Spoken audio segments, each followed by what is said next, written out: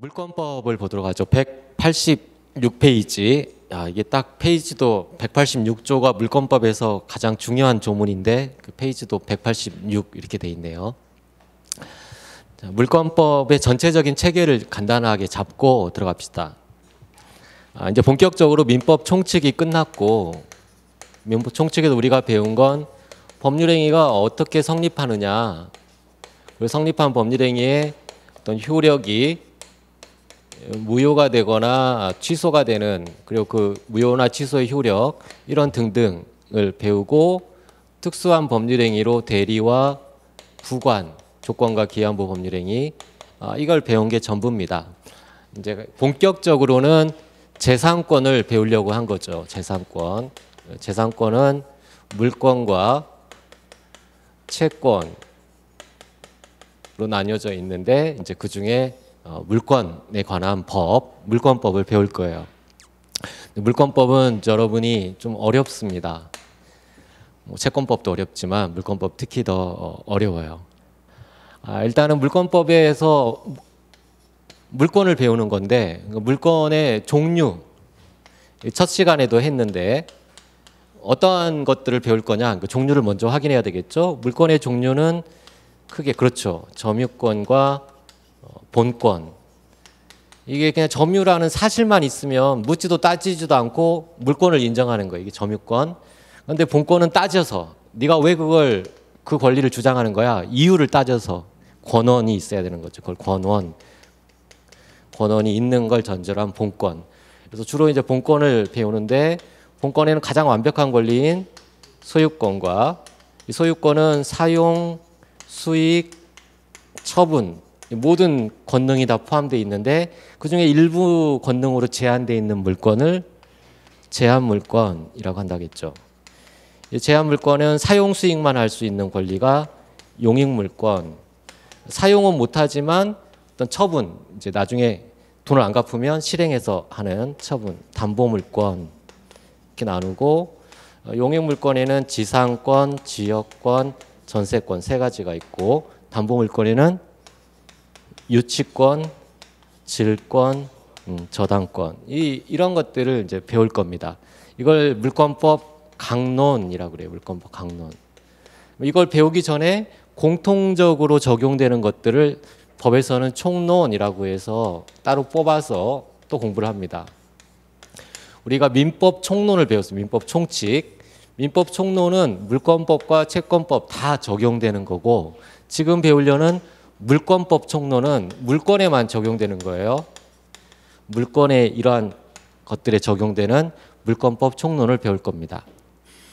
그래서 물권이 어떻게 발생하느냐, 물권 변동.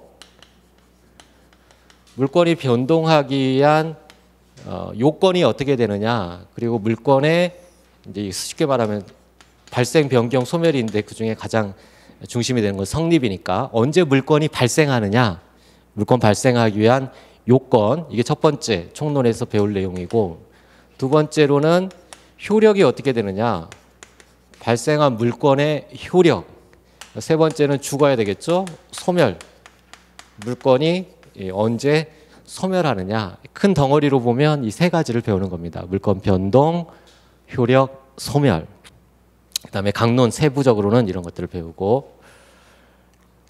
자, 이거 먼저 효력. 이게 효력의 물권적 청구권이라고 합니다. 물권적 청구권. 채권이 아니라 물권이라는 거. 청구를 하는데 물권적인 청구권에 대해서 효력 공부할 거예요. 소멸은 이제 세부적으로 몇 개들 배우는데, 결국에 이제 어려운 부분은 이 부분이에요. 물권이 어떻게 변동하느냐라는 어려운 부분입니다. 여기에서는 여러분이 일상적으로 이제 생각하지 못했던 그러한 개념들이 등장해요. 그래서 가장 쉬운 예로 한번 살펴봅시다. 여러분이 아파트를 산다. 갑으로부터 내가 을인데 아파트를 사겠다. 아파트, 부동산입니다. 부동산을 매매해서 매도인으로부터 산다. 내가 산다. 그러면 그 과정을 보면 어떻게 되죠? 내가 돈을 가지고 아파트를 사는 과정을 보면 일단 여러분 되고자 하는 중개사한테 가서 중개사가 이제 매개가 되어서 계약을 체결하죠. 살 집을 계약을 쓰면 매매 계약서를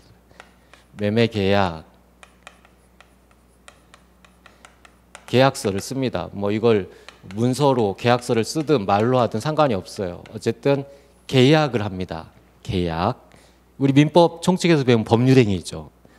사겠다, 팔겠다라는 의사표시가 일치해서 성립하는 계약. 그리고는 어느 순간에 이제 중도금, 잔금 뭐 준다고 하고 일단 잔금을 지급하고 마지막에 잔금을 지급하고 그다음에 등기 서류를 인도받아서 등기 서류를 받아서 등기를 하게 되죠. 등기, 소유권, 이전 등기. 그래서 이제 내 소유가 되는 거예요. 내 소유. 을 소유가 됩니다. 그 전까지는 갑이 소유자였는데 이 이전 등기를 하는 순간 내 소유가 되는 거예요. 물건이 변동되는 물건이 변동. 내 앞으로 등기를 하는 순간 물건이 변동됩니다. 그 전까지는 매도인 소유였는데 돈 다 냈다고 해서 내 소유가 되는 게 아니에요. 등기까지 해야 물건이 변동됩니다. 이게 법률 행위에 의한 물건 변동이에요. 물건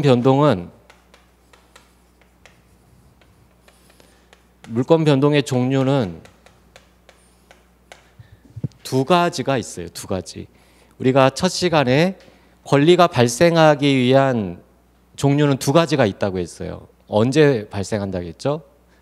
당사자가 일정한 행위를 했을 때, 법률 행위를 했을 때 권리가 발생할 수 있고, 두 번째는 법률 행위를 하지 않아도 권리가 발생할 수 있다고 했는데 그것은 법률 규정에 돼 있기 때문에 상속을 받을 수 있다라는 규정이 있기 때문에 법률 규정에 따라서 권리가 발생하는 두 가지가 있습니다. 물건도 마찬가지예요. 물건 변동의 종류는 186조와 187조 이 두 개의 조문이 있어요. 186조, 7조 암기하셔야 돼요. 186조. 186조는 지금 설명한 대로 법률 행위에 의한 물건 변동이에요. 법률 행위. 당사자가 법률 행위를 해서 물건이 변동되는 경우가 186조에 규정이 돼 있고 187조는 당사자가 법률 행위를 하지 않았는데 법에 규정이 돼 있기 때문에 법률 규정에 의해서 물건 변동이 일어나는 게 187조예요. 대표적인 게 상속이죠. 아버지 돌아가시면 아버지 앞으로 등기가 돼 있어요. 돌아가시는 순간 내가 내 이름으로 등기를 하지 않아도 물건 변동이 일어나요. 내 소유가 됩니다. 내 소유. 이게 187조의 물건 변동이에요. 이걸 다른 말로 하면 법률 행위, 이게 대표적인 게 매매잖아요. 매매 등의 법률 행위에 의한 물건 변동과 법률 규정에 의한 물건 변동이 있는데 법률 행위에 의한 물건 변동은 반드시 등기를 해야 돼요. 등기를 해야 내 소유가 되는 거예요. 등기가 필요합니다. 하지만 187조의 물건 변동은 등기가 필요 없어요. 등기를 내 앞으로 등기하지 않아도 바로 내 소유가 돼요. 법에서 정해진 그런 사유가 발생하면 바로 내 소유가 된다. 등기는 단지 그냥 제대로 내가 이미 취득했는데 그것을 정리하는 의미밖에 안 돼요. 그러나 법률 행위한 물건 변동은 반드시 등기를 해야 되는 거고, 그래서 법률 행위한 물건 변동 186조 그리고 법률 행위에 의하지 않은 법률 규정에 따른 물건 변동 187조, 상속, 판결 여러 가지가 있습니다. 여러 가지. 이게 187조의 물건 변동이에요. 그 중에서 법률 규정은 이미 법에서 정해진 것대로 하니까 그냥 법을 공부하면 돼요. 그래서 이건 양이 적습니다. 별로 많이 할 거 없어요. 그냥 공부 간단하게 어려운 것도 없어요. 어려운 건 이 부분입니다. 법률 행위에 의한 물권 변동. 그래서 우리 민법 총칙에서 법률 행위를 공부하고 온 거예요. 법률 행위에 의한 부동산 물권 변동을 공부를 할 겁니다. 자, 등기가 필요하다고 했죠. 법률 행위에 의한 경우 등기. 부동산인 경우에는 등기를 해야 물권 변동이 일어나는 거고, 여러분이 동산인 경우, 예컨대 당근마켓이나 중고나라에서 직거래로 뭘 사기로 했다. 핸드폰이나 노트북이나 뭐 여러 가지 스탠드, 책상 뭐 이런 것들, 동산 들고 가서 파는 거, 이걸 사기로 했다. 그건 등기하나요? 그건 등기가 아니죠. 언제 소유권을 취득할까요? 내 손에 넘겨받으면 소유권을 취득합니다. 그 물건을 내가 지배하면 그걸 점유라고 해요. 점유 이전. 점유를 이전받으면 소유권을 취득하는 거예요. 자, 법률 행위에 의한 물권 변동은 부동산인 경우에는 반드시 뭘 해야? 등기까지 해야. 동산인 경우는 뭘 해야? 점유 이전을 해야 소유권을 취득합니다. 그래서 이제 좀 보면,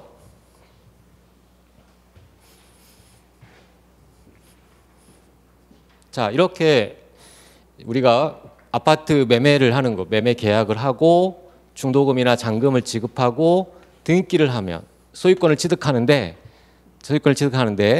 이게 186조 법률 행위한 물권 변동이 일어나기 위한 물권 변동의 요건은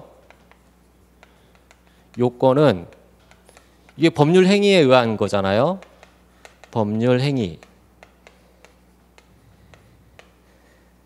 의한 물권 변동 요건을 보면 이제 암기를 하셔야 되는데,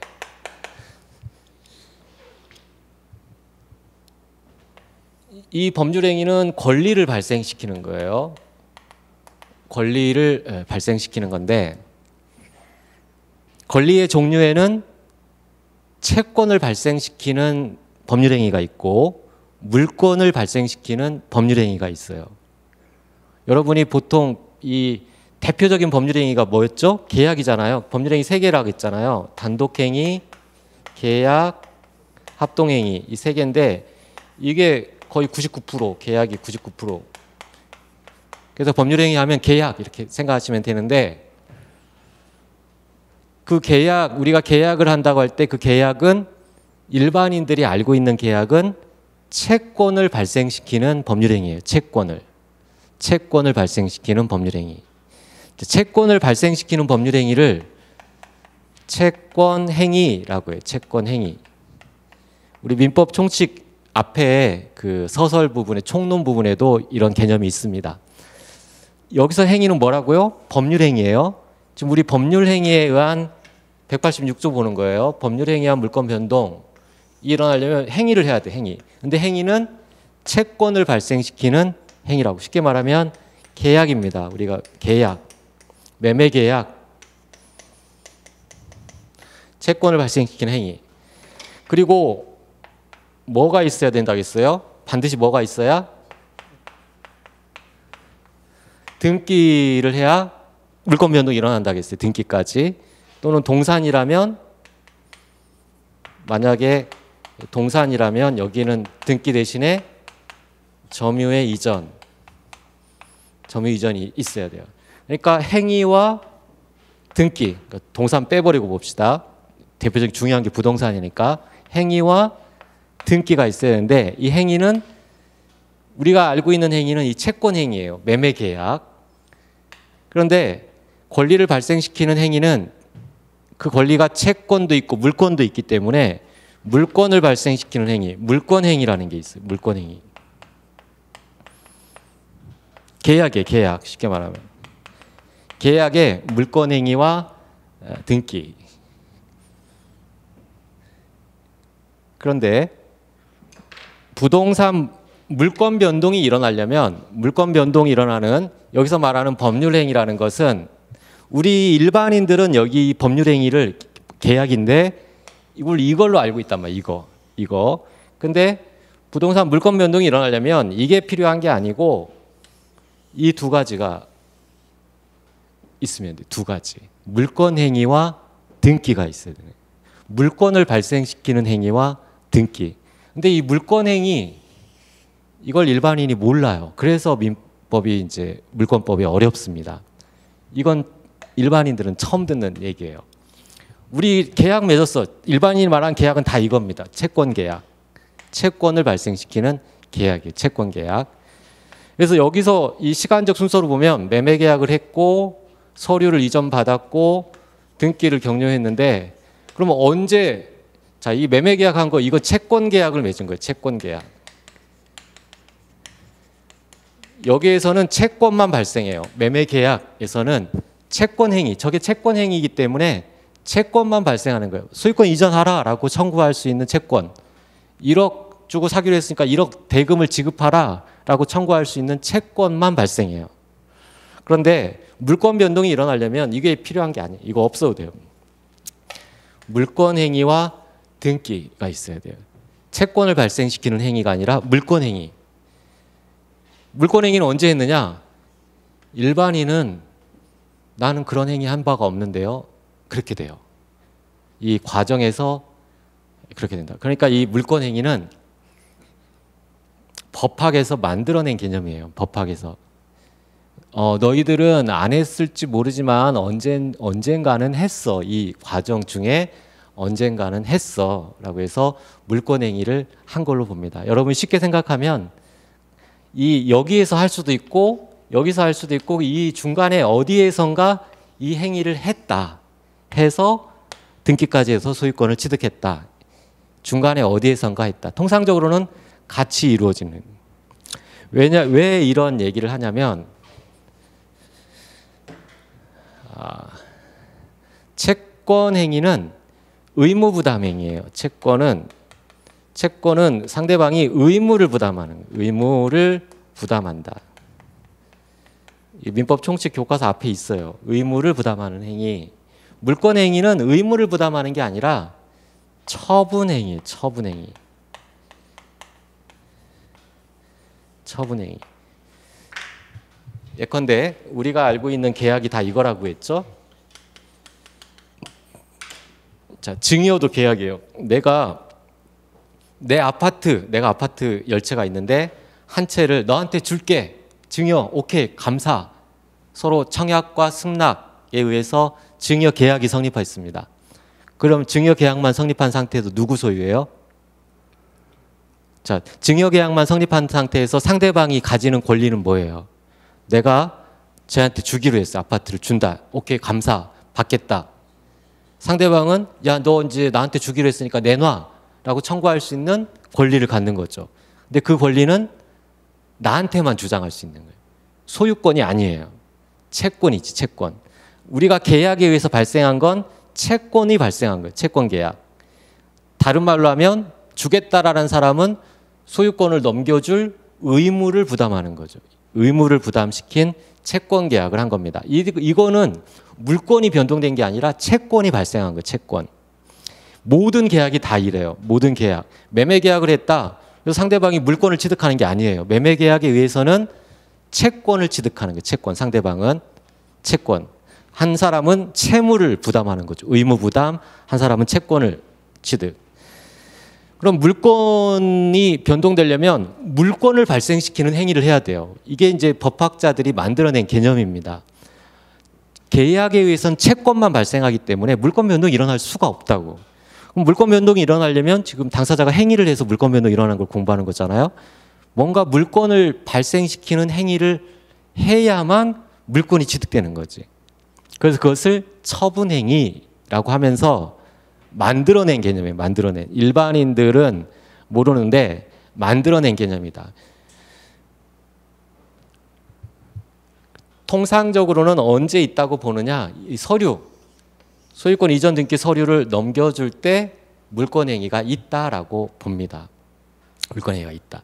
예컨대 자 부동산을 이렇게 하기에 좀 여러분이 잘 안 와닿을 수 있으니까 슈퍼에 가서 물건을 산다고 해봐요. 슈퍼 마트에 가서 코카콜라 그 캔 코카콜라 1,000원짜리 코카콜라를 산다고 합시다. 진열이 딱 돼 있죠. 코카콜라가 마트에 그 콜라 캔이 진열돼 있을 때 그 콜라 캔의 소유자는 누구예요? 주인이죠. 주인이 소유자죠. 그럼 내가 가서 하나 집어요. 콜라 집어서 그 가판 계산대에다 놓고 얼마입니까? 그래서 바코드 딱 찍었더니 1,000원입니다. 그러는 거예요. 아니 저기 자판기에 700원에 파는데 안 사요. 나올 수도 있잖아요. 근데 1,000원 오케이. 1,000원에 팔겠다고 나한테 청약을 한 겁니다. 마트 직원이 1,000원에 팔겠다고 청약. 그 상태는 계약이 성립하지 않았어요. 근데 내가 그 정도 가격이면 사겠습니다. 라고 이제 지갑에 1,000원을 꺼내서 주면 계약이 성립하는 거예요. 사겠습니다. 계약 성립. 자, 계약이 성립한 단계에서는 내가 콜라의 소유권을 취득했나요? 여전히 마트 직원의 소유예요. 마트의 소유입니다. 콜라 얼마예요? 1,000원입니다. 사겠습니다. 라고 계약, 말로 해도 계약이 성립한다고 했어요. 계약, 매매 계약이 성립했는데 매매 계약이 성립하는 순간 나는 어떠한 권리를 취득하느냐? 채권을 취득합니다. 그걸 나한테 달라라고 청구할 수 있는 채권. 또 그 마트는 나한테 1,000원을 내놔라라고 청구할 수 있는 채권이 취득돼요. 내가 1,000원을 예를 들어서 1,000원을 먼저 줬습니다. 1,000원을 줬어요. 그랬더니 콜라가 하나밖에 없어. 여름에 이제 재빠르게 어떤 놈이 새치기 하면서 콜라를 딱 따서 먹어버렸어요. 먹고 1,000원 넣고 가버렸습니다. 자, 콜라가 하나밖에 없는데 딱 하나 남았는데 나랑 직원하고 계약을 했어요. 1,000원에 사겠다라고 해서 계약을 했는데 순식간에 어떤 녀석이 와서 1,000원 딱 던져놓고 따서 먹으면서 나가버렸어요. 그러면 이제 어떻게 돼요? 나는 어떻게 해야 돼? 나는 마트한테 어떤 권리가 있어요? 채권이 있을 뿐, 채권. 물건이 아니라 소유권이 아니라 채권. 콜라 내놔라 라고 청구할 수 있는 채권이 있지 내가 콜라 소유권자가 아닙니다. 돈 줬어도. 채권만 있는 거예요. 그냥 그 채권이 마트 직원이 다른 데 가서 뭐 콜라를 갖고 오거나 해야 되는 거죠. 괴롭힐 수 있어요. 빨리 콜라 하나 내놔라고 괴롭힐 수 있는 채권이 있는 거예요. 그런데 계약을 체결했고 마트 직원이 나한테 내가 1,000원을 주니까 콜라를 나한테 넘겨줍니다. 내 손에 넘겨줘요. 넘겨줄 때 마트 직원은 어떤 생각을 하면서 넘겨줄까요? 나는 어떤 생각을 하면서 그걸 받을까? 자, 계약을 했을 때는 1,000원입니다. 1,000원에 사겠습니다. 라고 하면 이제 채권을 취득하는 그런 우리가 매매를 한다라는 생각을 하고 그런 행위를 한 거예요. 쉽게 말하면 채권을 취득한 겁니다. 그런데 이제 돈 줬을 때 마트 직원이 콜라를 나한테 줄 때는 어떤 생각을 하면서 줄까요? 먹고 떨어져라. 이건 네 거야 이제. 이 콜라 이제 네 거야 라고 하면서 주는 거죠. 그 전까지는 마트 소유였는데 이제 이건 네 거야 라고 하면서 주고 나는 이제부터는 그건 내 거야. 내가 소유자야. 네 손에서 내가 소유자야 라고 하면서 받습니다. 서로 계약이 있는 거예요. 서로 아까 매매 계약은 끝났고 두 번째 물건을 서로 주고 받으면서 계약을 한 겁니다. 묵시적인 계약을 한 거예요. 묵시적 계약. 말은 하지 않았지만 이제부터는 내 거다. 이제부터는 네 거다라는 계약. 그게 처분이에요. 아까 1,000원입니다. 사겠습니다. 이거는 의무를 발생시키는 채권 행위고 실제 이제 이거 네 거야. 오케이 이거 내 거야. 라는 물권적 계약. 이게 중간에 있다라는 이에 의해서 물권을 취득한다. 근데 물권은 이런 물권 행위만 있어서는 안 되고 이것에 추가해서 동산인 경우에는 점유를 넘겨받아야 되고 부동산은 등기를 넘겨받아야 되는 거예요. 그래서 서류를 줄 때 이제부터 이건 네 거다라는 처분행위가 있다고 하고 이것만으로 안 되고 등기까지 해야 소유권을 취득하는 겁니다. 아시겠어요? 물권 행위와 등기나 점유 이전 이것을 이제 대외적으로 권리자를 공시한다. 그래서 공시방법이라고 그래요. 공시방법. 물권을 공시하는 등기나 점유 두 가지 중에 하나가 있어야 된다. 물권 행위와 공시방법이 있어야 물권을 취득한다. 근데 일반인들은 이거 잘 모른단 말이에요. 일반인은 채권 행위를 하죠. 채권 행위. 그래서 자, 법률 행위와 물권 변동은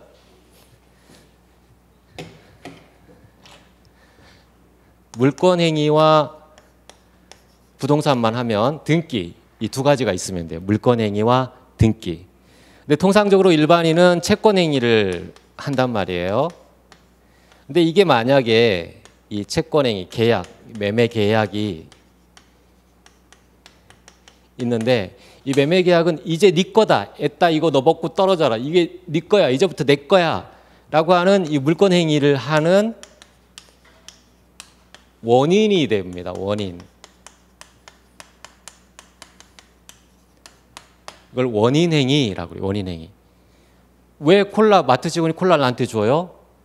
매매 계약을 했기 때문에 주는 거잖아요. 이제부터 네 거야 라고 주는 건 매매 계약을 했기 때문에 주는 거예요.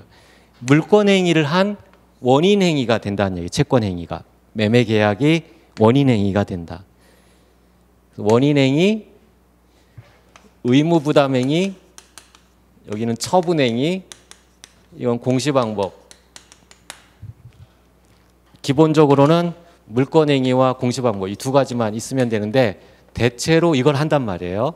근데 이게 만약에 우리 민법 총칙에서 배운 행위능력자가 법정 대리 동의를 받지 않고 했다.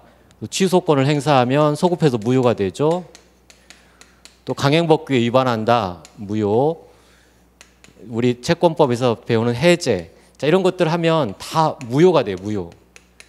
이게 날아간다는 얘기. 이게 없어진다. 근데 얘는 이걸 하게 된 원인이기 때문에 이게 날아가면 이걸 안 했을 거 아니에요. 이게 무효가 되면 이걸 안 할 거 아니에요. 그러니까 이 채권행위가 우리가 행위무능력, 제한능력, 강행법규 위반 이런 것들 민법 총칙에서 배운 무효가 되면 이게 무효가 되면 얘만 없어지는 게 아니라 얘도 같이 없어져요. 얘도 같이 효력을 상실해요. 그것을 유인론이라고 합니다. 유인론. 원인이 있다라니 원인이 있다. 물권행위를 하게 된 원인이 있다. 근데 이 원인이 무효가 되면 얘만 없어지는 게 아니라 얘도 없어진다. 그러면 등기만 있어도 등기만 있는 상태잖아요. 무효예요. 무효. 소유권 이전 등기를 가지고 있어도 제한 능력자로부터 해서 이렇게 넘겨받으면 이게 날아가기 때문에 소유권을 취득할 수가 없어요. 무효예요. 그 등기는 말소당합니다. 등기를 믿어도 보호받지 못해요. 그때는 이제 보호되죠. 이게 무효가 안 되니까.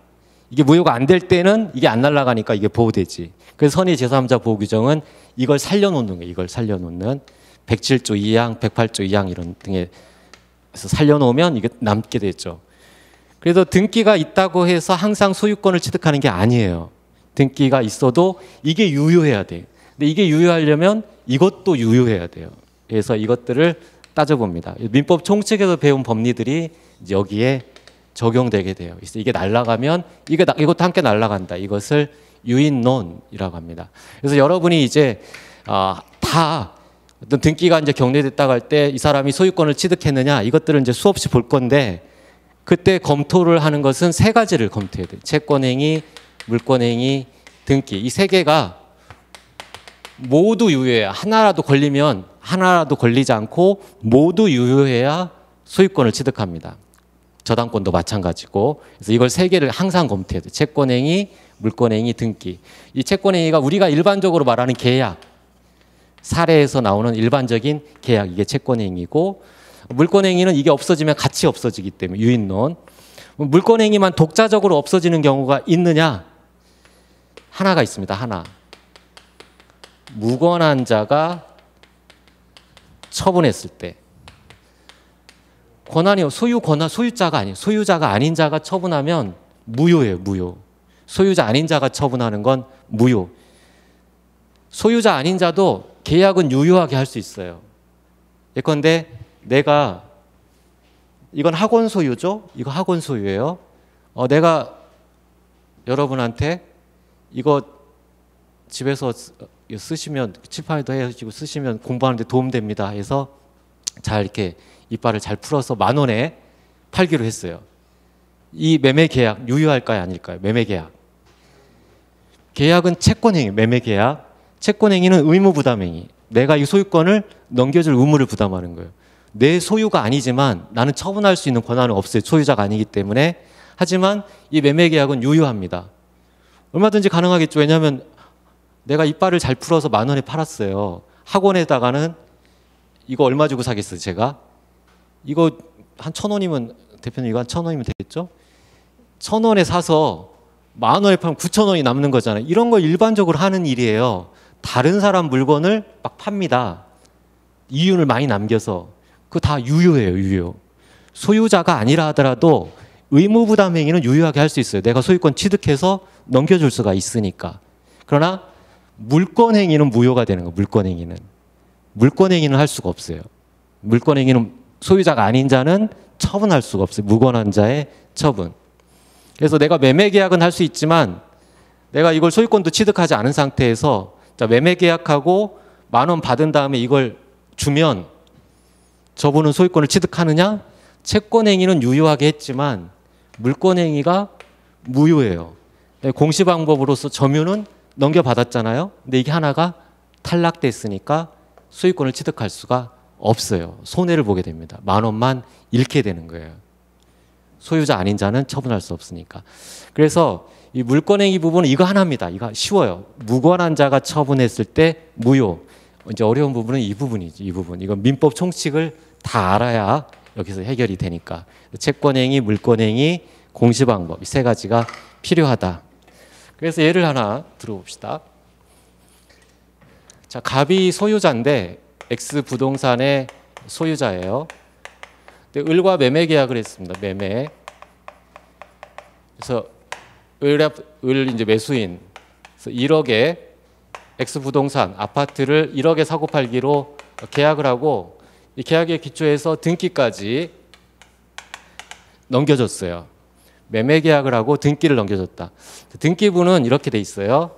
등기부에는 첫 번째 1번으로 갑이 소유 몇 월 며칠에 소유권 취득했다.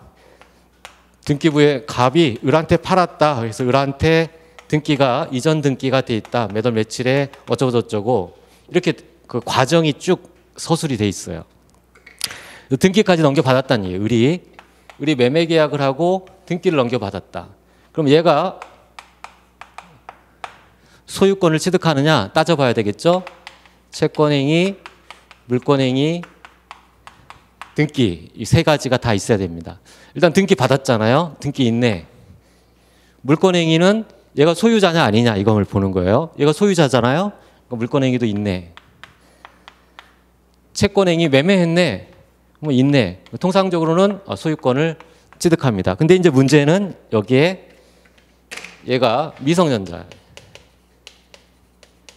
미성년자인데 동의도 없이 법정 대리인 동의도 없이 1억 받고 팔았어요. 10억짜리를 자기 게임 아이템 필요하다고 해서 1억 받고 팔아서 등기까지 넘겨줬어요. 나중에 법정 대리인이 이걸 알고 이 매매를 취소했어요. 취소하면 소급해서 무효가 되죠.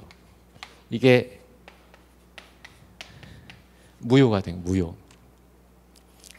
그러면 처음에 계약을 할 때는 유효했지만 이게 나중에 법정 대리인이 취소하면 이게 없어지잖아요. 그럼 이것도 날라가. 이것도 날라가는 걸 뭐라고 한다겠죠? 유인론. 유인론에 따라 날라가. 원래 이게 두 개가 필요한 건데 이게 날라갔으니까 을은 소유자가 아닙니다. 소유자가 아니에요. 누가 소유자예요? 이게 무효예요. 이게 소유자가 아니에요. 이게 그냥 거짓이에요. 거짓. 등기부에는 을이 소유자라고 돼 있지만 등기부는 믿을 게 못 된다고 했어요. 을이 소유자가 아니에요. 그럼 누구 소유예요? 갑이 소유자인 거죠. 갑이. 등기부에는 을이 소유자라고 돼 있지만 갑이 소유자입니다. 이 상태에서 을이 팔았어요. 병한테 매매를 하고 등기를 넘겨줬다. 5억 받고 팔았습니다. 그럼 병이 소유권 취득하느냐? 채권행위, 물권행위, 등기를 봐야죠. 등기를 받았죠? 채권행위 둘이 매매 계약을 했잖아요. 얘 성인이고 성인이에요. 아무런 뭐 사기나 이런 거 없어요. 유효에 유효. 근데 이게 무효가 되지. 무효. 얘는 등기가 있지만 소유자가 아니잖아요. 그러면 이게 무효. 얘도 이 등기 무효입니다. 소유권 취득할 수 없어요. 다 손해봐요. 다. 얘는 다 손해봐요. 얘 다 뺏기게 됩니다. 그래서 등기만 만연하게 믿고 거래했다가 망하는 수가 있어요. 법을 알아야 돼, 법을. 이런 구조로 이제 공부를 할 겁니다. 그래서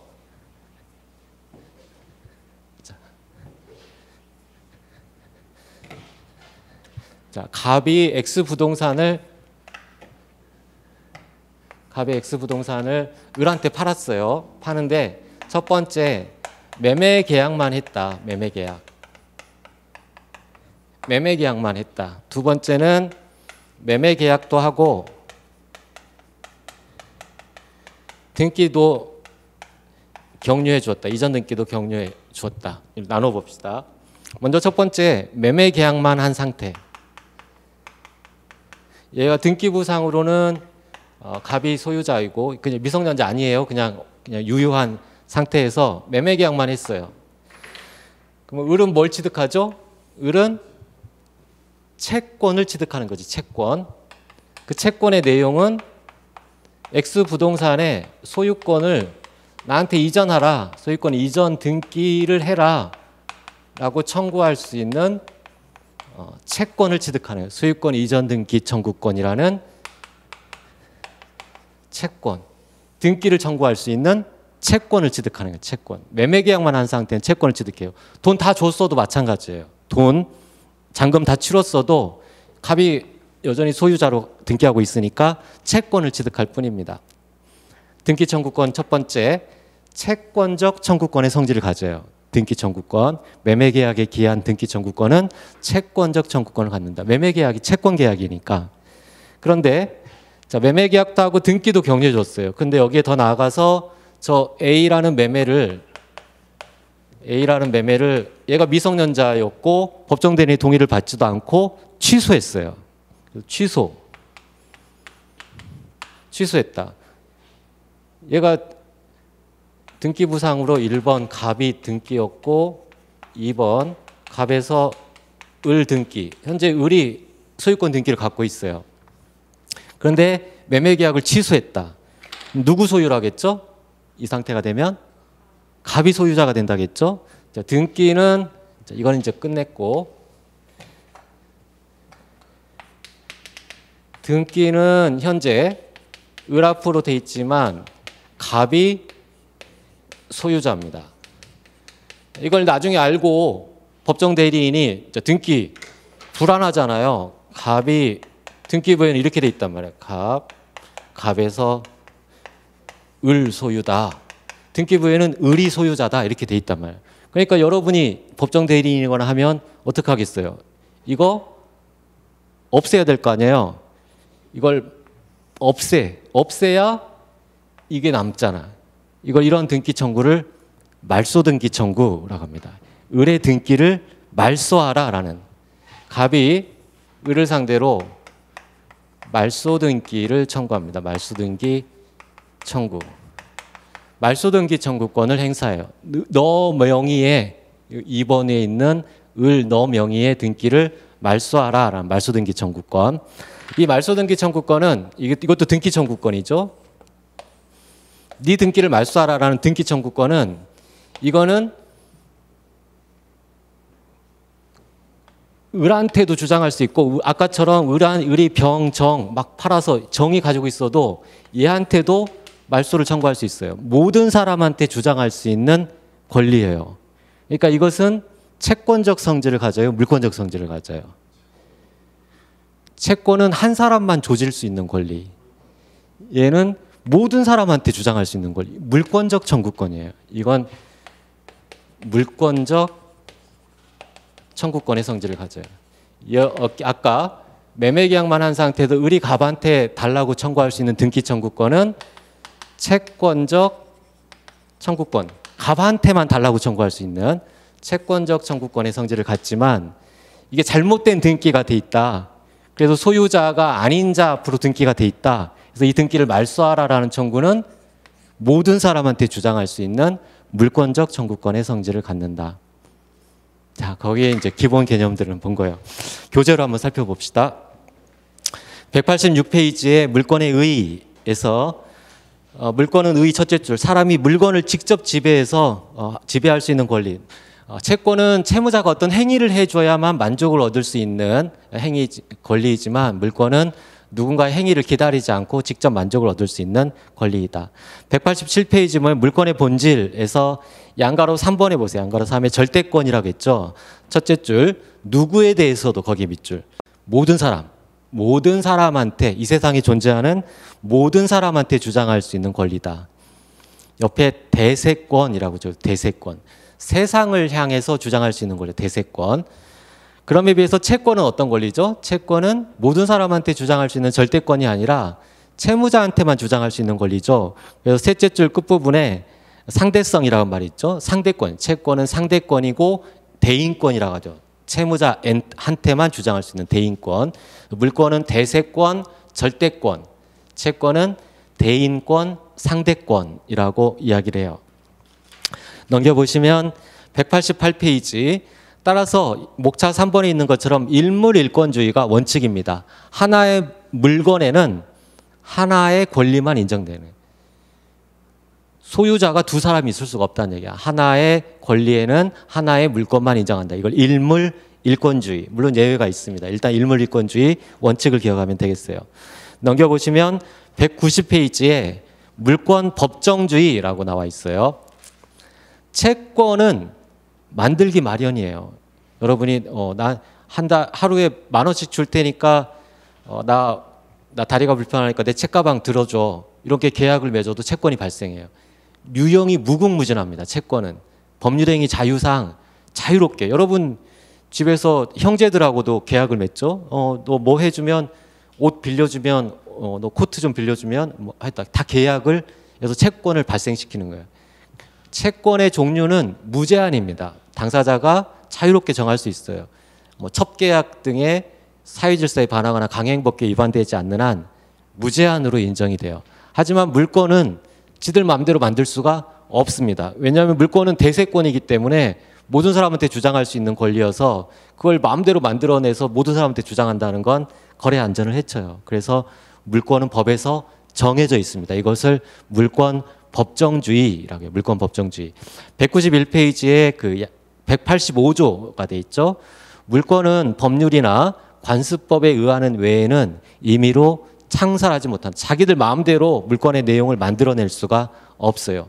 물권의 종류를 만들 수도 없고 내용을 변경할 수도 없습니다. 맨 밑에 반가로 3번에 창설하지 못한다라는 의미는 종류를 자기 마음대로 만들어낼 수 없다. 종류가 강제된다는 거. 그다음에 내용, 소유권의 내용을 자기들 마음대로 바꿀 수가 없어요. 딱 법에서 정해진 대로의 효과만 인정됩니다. 물권 법정주의예요. 넘겨보시면 193페이지에 물권의 분류가 나와 있죠. 자, 본권과 점유권으로 나누고, 본권은 소유권과 제한물권, 제한물권은 용익물권과 담보물권, 용익물권, 지상권, 지역권, 전세권, 담보물권에는 유치권, 질권, 저당권 기억하시면 되겠죠.